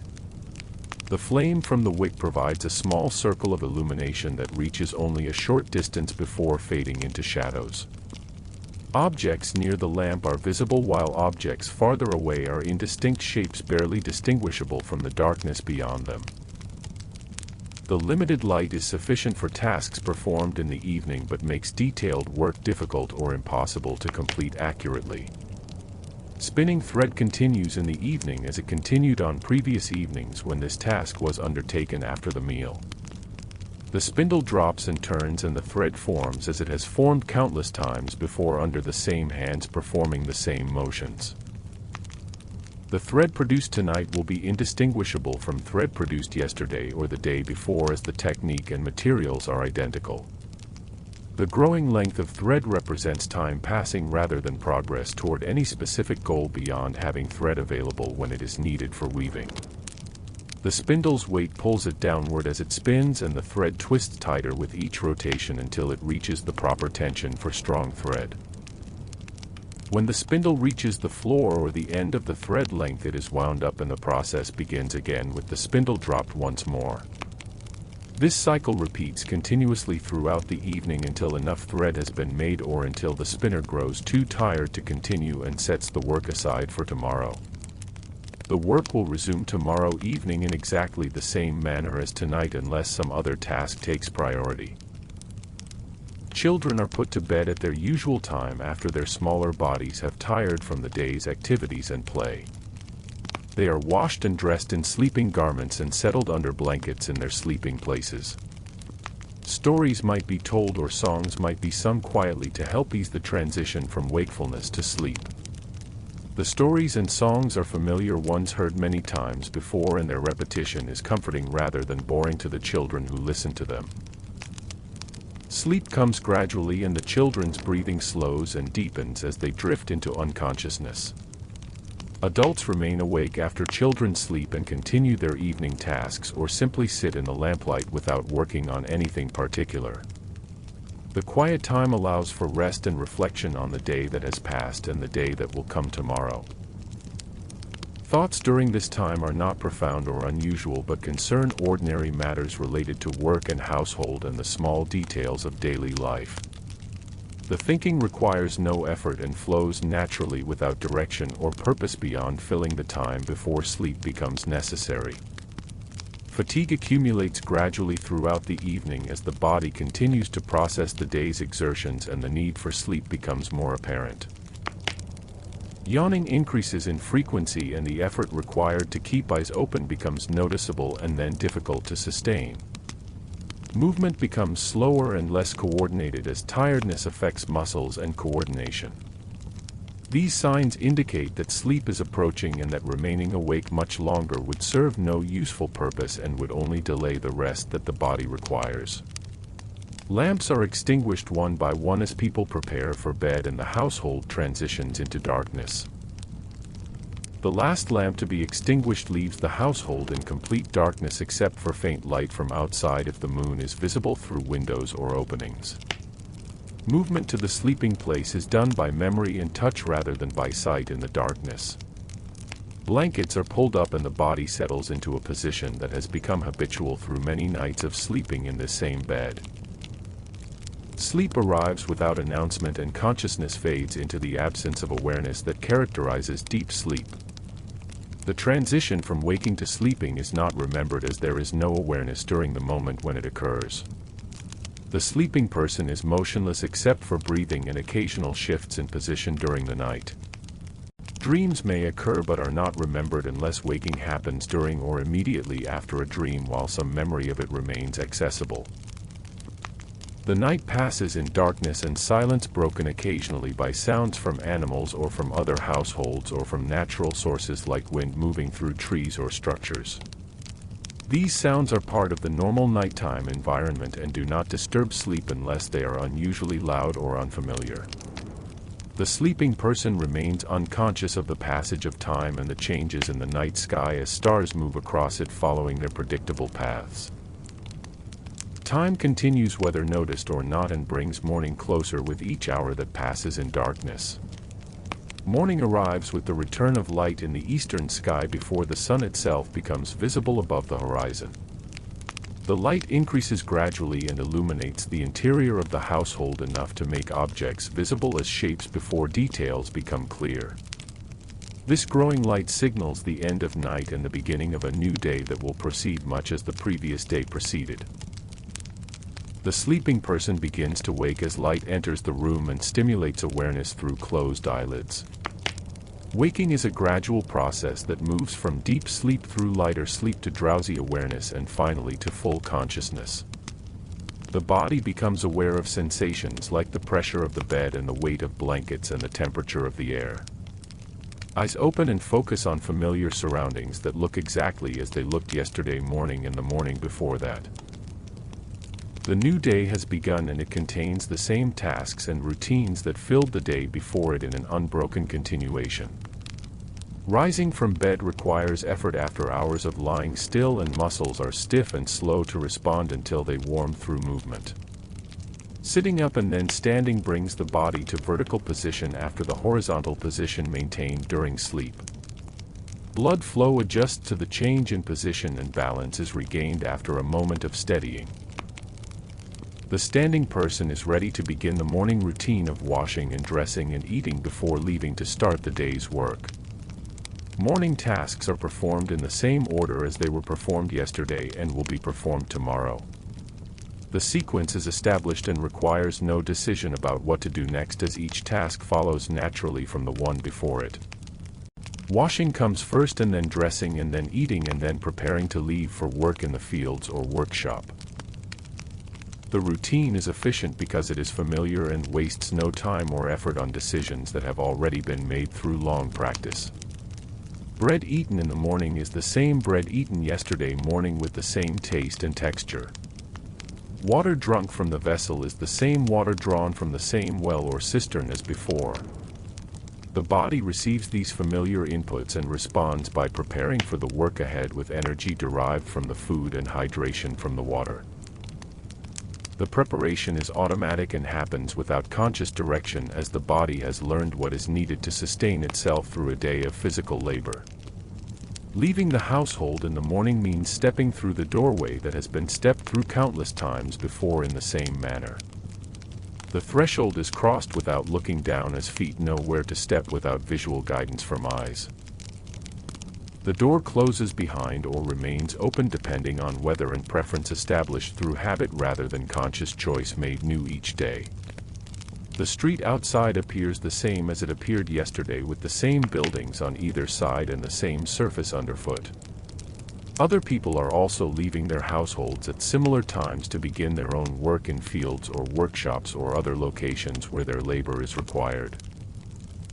Greetings are exchanged between neighbors who see each other at the same time every morning during working seasons. The greetings are brief and follow established patterns of words that vary little from day to day. The exchange acknowledges presence and maintains social connection without requiring extended conversation that would delay the start of work. The walk to the fields follows the path that has been followed so many times that deviation from it would feel unnatural and wrong. Feet find the smoothest parts of the path automatically and avoid obstacles without requiring attention directed toward navigation or placement of steps. The mind is free to think about the day's work or about nothing in particular while the body carries itself along the familiar route. The distance is known and the time required to cover it is predictable within a narrow range that varies little from one day to another. Fields appear the same each morning with grain standing in rows that extend across the cultivated area in straight lines. The grain grows slowly and changes are not visible from one day to the next unless many days pass between observations. The lack of visible change makes each morning's view of the field nearly identical to the previous morning's view. This sameness is expected and unremarkable as change in grain fields happens over weeks rather than overnight or even over several days. Beginning work means picking up tools and moving into the field to resume tasks left incomplete when work ended yesterday evening. The starting point is where work stopped before and the work continues forward from that location without backtracking or repeating sections already completed. Progress is measured by distance covered along rows or by sections of field finished rather than by time spent working. The work proceeds at a steady pace that can be maintained for hours without exhausting the worker completely.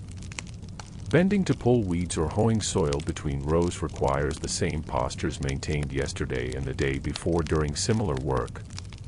The body remembers these positions and settles into them without discomfort beyond the normal strain of sustained physical labor. Muscles perform their assigned tasks and complain only when asked to work beyond their conditioned capacity or when held in awkward positions for extended periods. The work is within the range of what the body can sustain and recovery happens during rest periods and overnight while sleeping. The sun moves across the sky at the same rate it moved yesterday and will move tomorrow without variation in its path or speed. The changing position of the sun indicates progress through the morning toward midday when rest will interrupt the work temporarily.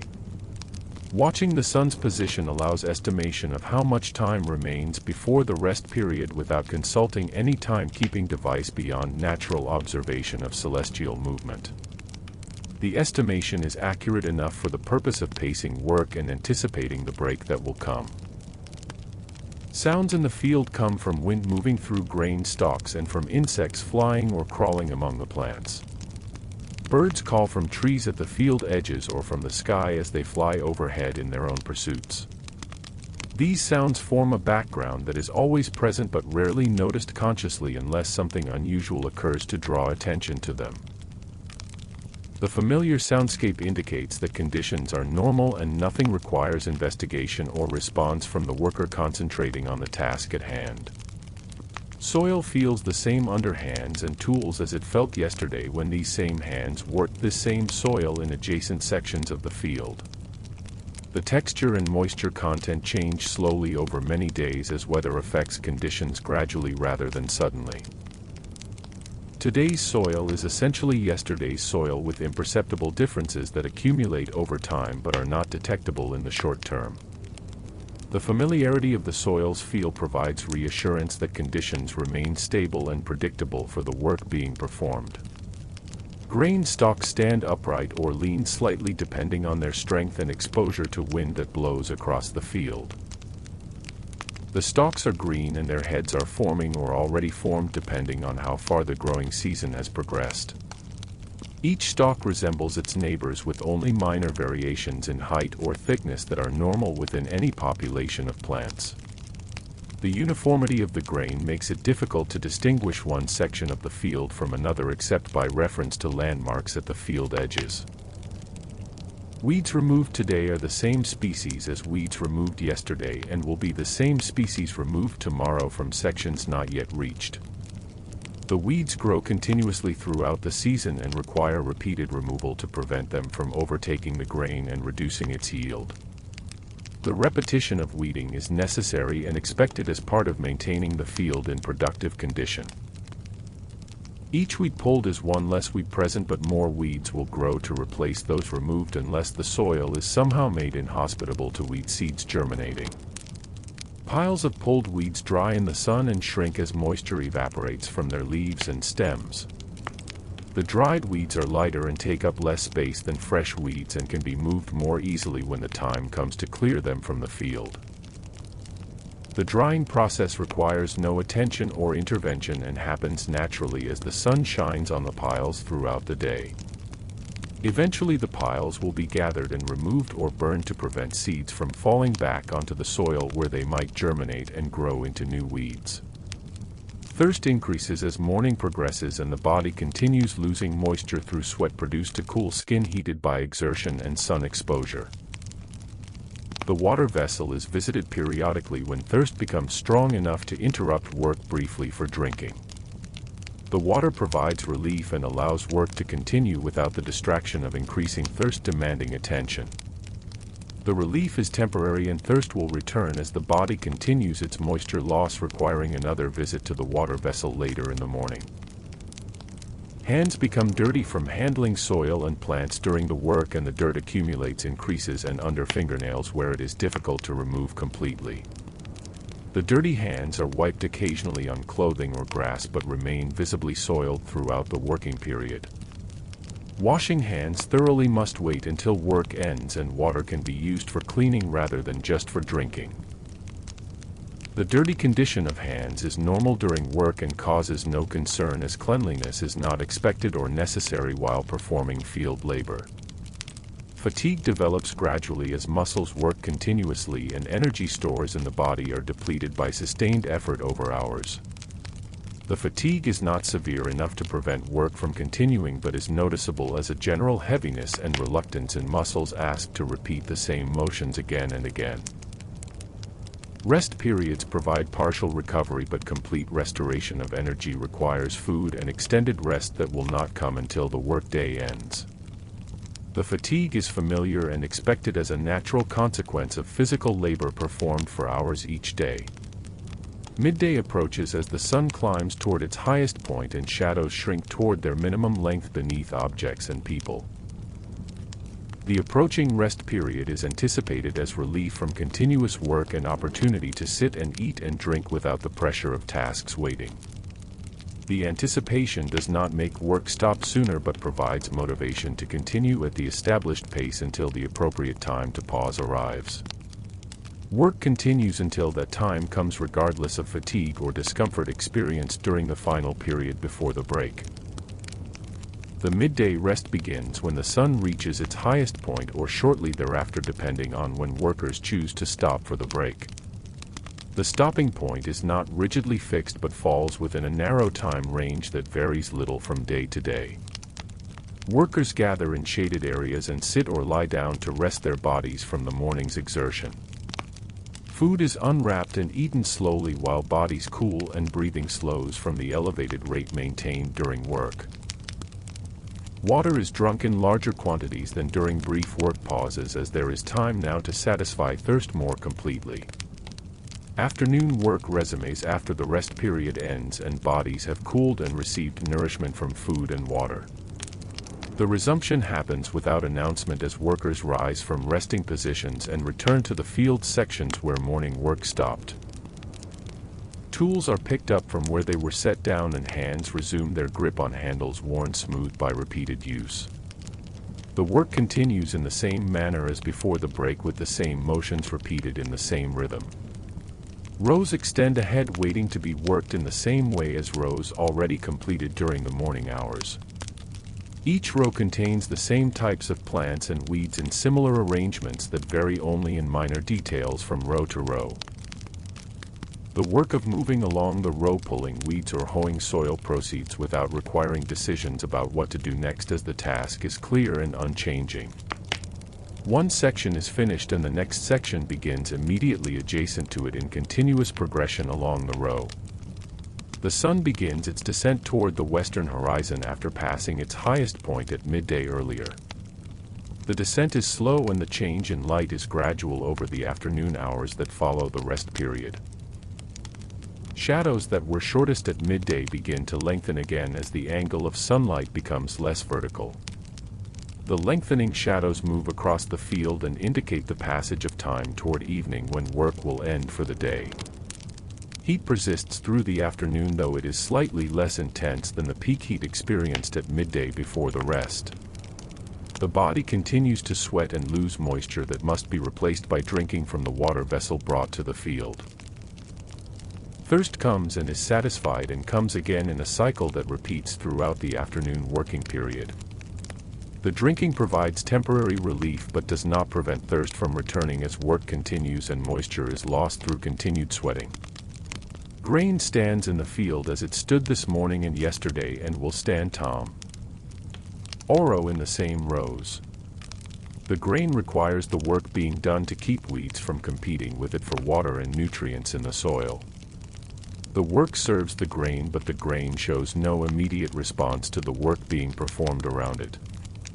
Growth continues at the grain's own pace, which is too slow to observe during the hours or even days of tending it receives from workers in the field.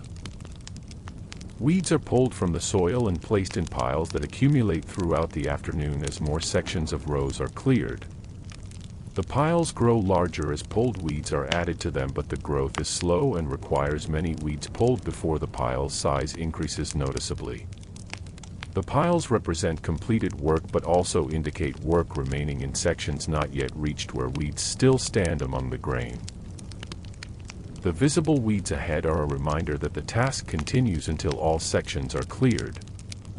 Hands perform the motion of grasping and pulling repeatedly without requiring conscious attention to the specific movements involved in each repetition. The motion is automatic through long practice and muscle memory developed over many days and seasons of performing this same task. The mind can wander to other thoughts while hands continue working without guidance from focused attention. The work proceeds whether the mind attends to it or thinks about other matters unrelated to the task being performed. Feet carry the body forward along the row as sections are completed and new sections require attention ahead. The walking is slow and interrupted frequently by stopping to pull weeds or hoe soil in the immediate area. Progress along the row is measured more by distance covered than by time elapsed, as the pace varies depending on the density of weeds encountered in different sections. Some sections require more time and effort while others are cleared more quickly, allowing faster progress along the row. The field edge marks the boundary where cultivated land meets uncultivated land beyond the area where crops are grown. The edge is visible from most positions in the field and provides a reference point for orientation and for estimating how much of the field has been worked. Reaching the field edge means completing that row and beginning a return journey along an adjacent row back toward the opposite edge. The back and forth pattern continues until all rows have been worked or until the working day ends. Birds continue to fly and call and land in the field, searching for insects and seeds among the plants. Their presence is constant throughout the day, but their specific positions and activities change continuously as they move about in their foraging. Watching birds briefly provides a momentary break from the visual monotony of looking at grain stalks and soil while working. The birds are unconcerned with the human presence in the field and go about their activities without regard for workers nearby. Clouds move across the sky when they are present, or the sky remains clear when no clouds have formed. The sky's appearance affects the quality of light in the field but does not significantly change the work being performed below. Clear skies bring more direct sunlight and more heat, while cloudy skies diffuse the light and moderate the temperature somewhat. The difference is noticed but does not alter the basic nature of the work that continues regardless of sky conditions.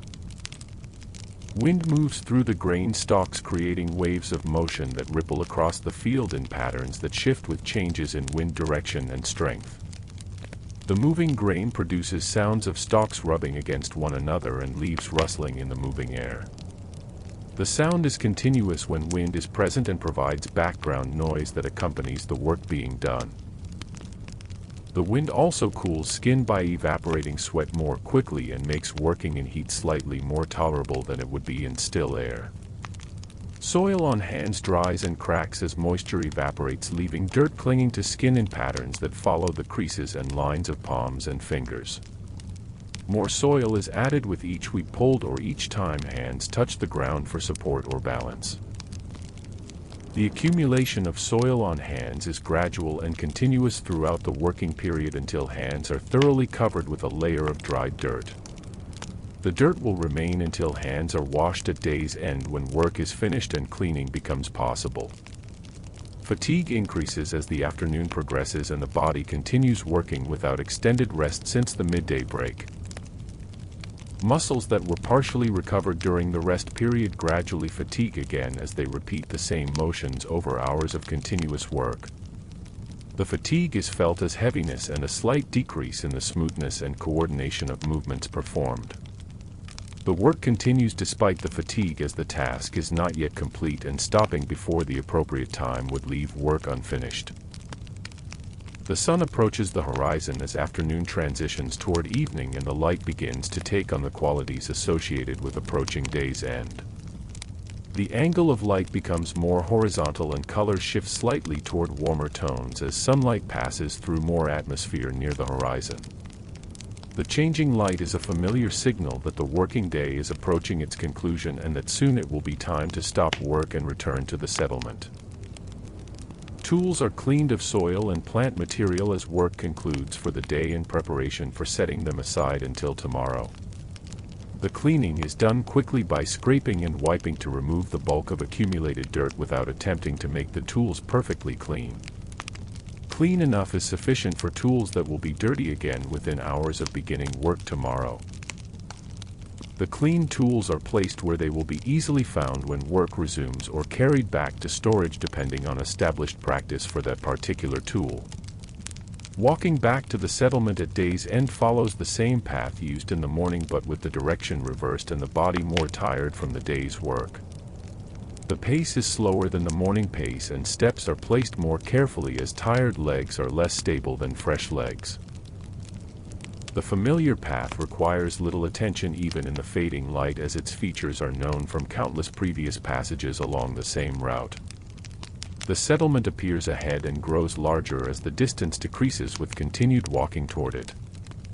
Arriving at the household marks the transition from work time to evening time, when the day's labor is finished and remaining hours before sleep are filled with different activities.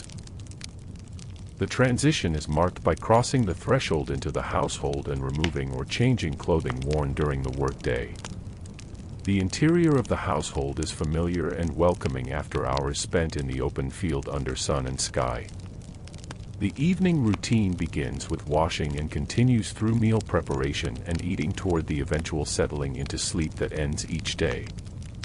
Water is poured over hands to remove the soil accumulated during the day's work in the field. The water runs brown with dissolved dirt and drips onto the ground or into a basin placed beneath hands. The washing is done with familiar motions repeated each evening after work ends and before the evening meal begins. Hands become cleaner, though not completely clean, as some soil remains in creases and under nails where water alone cannot reach it easily. Clean clothing is put on to replace the soiled work clothing removed after washing hands and face. The clean clothing feels different against skin than the dirt-stiffened work clothing felt during the day. The change of clothing marks the transition from work state to evening state within the household routine. The removed work clothing is placed where it will be washed later when time and water are available for the task. The evening meal is prepared using the same methods used yesterday evening and the evening before that. Ingredients are combined in familiar proportions and cooked over the fire until they reach the desired state for eating. The preparation requires little thought as the steps have been performed so many times that hands know what to do without conscious direction from the mind. The resulting meal tastes as expected and provides the nourishment needed after the day's physical labor in the fields. Sitting to eat allows the body to rest after standing and bending and walking throughout the working day. The chair or bench supports the body's weight and legs no longer must work to maintain upright position. Food is eaten slowly without urgency as evening time allows for rest and there is no task waiting that requires immediate attention after eating. The meal continues until hunger is satisfied and food remaining is set aside for later or for the next day. Conversation during the meal covers topics that have been discussed before in previous evening meals. The same concerns and observations are repeated with slight variations in the specific details mentioned. The talk serves to fill time and maintain connection between household members rather than to convey information that changes anything. Listening requires little effort as the topics are familiar and responses come automatically from the limited set of appropriate replies learned through repetition. Dishes are rinsed and stacked after the meal ends following the same pattern used after previous meals. The cleaning is quick and uses minimal water as complete washing will happen later when more time is available. Food scraps are collected and placed where they will be given to animals or added to the compost pile. The table surface is wiped with a damp cloth to remove crumbs and spills left from eating and serving food. Lamps are filled with oil and lit as daylight fades from the interior of the household. The flame provides a small circle of light that allows tasks to continue in the growing darkness. Objects within the circle of light are visible while objects beyond it fade into shadows and darkness. The limited light is accepted as sufficient for evening tasks that do not require the detail work possible only in full daylight. Thread is spun from wool as it was spun yesterday evening and previous evenings when this task was undertaken. The spindle drops and turns and the thread forms through the same motions repeated so often that they require no conscious thought. The thread produced is indistinguishable from thread produced before as the materials and technique remain constant. The work continues until enough thread is made or until fatigue makes continuing the work more difficult than stopping and resuming tomorrow.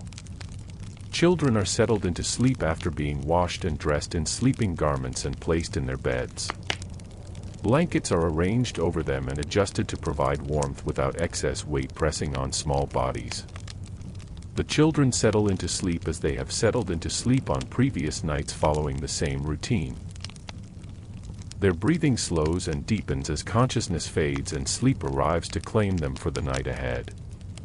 Adults remain awake after children sleep and continue with evening tasks or sit quietly in the lamplight. The quiet time allows for rest without the demands of work or the attention required during the day. Thoughts move slowly through the mind without direction or purpose beyond filling the time before sleep becomes necessary. The thinking is not remarkable and concerns ordinary matters that have been thought about before on other evenings like this one. Fatigue increases as evening progresses and the body signals its need for rest after the day's exertions. Yawning becomes more frequent and eyes feel heavy with the weight of approaching sleep. Movement becomes slower and requires more effort as tiredness affects coordination and motivation to continue activity. These familiar signs indicate that sleep is approaching and that remaining awake serves no useful purpose now. Lamps are extinguished as people prepare for bed and the household transitions into darkness for the night. The last lamp leaves the household in darkness except for faint light from outside if the moon is visible. Movement to sleeping places is done by memory and touch through the familiar space. Blankets are pulled up and bodies settle into sleeping positions maintained through many nights in these same beds. Sleep comes without announcement as wakefulness fades into unconsciousness that characterizes the sleeping state. The transition is not remembered as awareness ceases during the moment when it occurs. The sleeping person remains still except for breathing and occasional movement during the night. Time passes in darkness and the night continues toward morning that will arrive with returning light. Morning arrives with light appearing in the eastern sky before the sun rises above the horizon. The light grows gradually and illuminates the interior space enough to make objects visible. This growing light signals the beginning of a new day that will proceed as previous days have proceeded. The sleeping person begins to wake as light enters through windows and openings in the walls. Waking moves from deep sleep through lighter sleep to awareness and consciousness gradually returning to the mind. The body becomes aware of sensations and surroundings that are the same as they were yesterday morning. Eyes open and focus on familiar objects in familiar positions within the room. The new day has begun and it contains the same tasks that filled the day before it. Rising from bed brings the body to vertical position after lying horizontal through the night. Standing requires balance to be regained after hours of stillness in the sleeping position. The body adjusts and becomes ready for the morning routine that begins each day. The routine proceeds through washing and dressing and eating in the same sequence followed yesterday and before. Morning tasks are performed in the established order that requires no decisions about what comes next. Each task follows from the previous one in a sequence learned through repetition over many mornings. Washing precedes dressing and dressing precedes eating and eating precedes preparing to leave for work. The routine is efficient because it is familiar and proceeds without hesitation or uncertainty about the next step. Bread is eaten and water is drunk, providing nourishment and hydration for the work ahead in the fields. The food tastes as it has tasted before when eaten in previous mornings at this same time. The body receives the familiar inputs and prepares itself for the physical labor that will occupy the hours until midday rest. The preparation happens automatically without conscious direction as the body knows what is needed from experience. Leaving the household means stepping through the doorway into the street outside where other people are also beginning their day. Greetings are exchanged between neighbors who see each other at this time each morning. The greetings are brief and follow familiar patterns learned through daily repetition. The exchange acknowledges presence and maintains connection before people separate to go to their different work locations. The walk to the fields follows the path that has been followed on previous mornings in the same direction. Feet find the path automatically and follow it without requiring attention to navigation or step placement. The mind is free to wander while the body carries itself along the familiar route toward the destination. The fields appear ahead and the distance decreases with continued walking along the known path toward them. Fields contain grain standing in rows as it stood yesterday and will stand tomorrow in the same arrangement. The grain grows slowly and shows no visible change from one morning to the next morning. The sameness is expected and requires no comment or attention beyond what is necessary to begin the day's work. Tools are picked up and work begins in the field where it stopped yesterday evening when light faded. Work proceeds along rows with weeds pulled and soil tended in the same manner as before. The motions are familiar and hands perform them without requiring conscious direction from the mind. One section is completed and the next section begins in continuous progression along the row. The work continues as it has continued before and will continue again tomorrow in the fields where grain grows.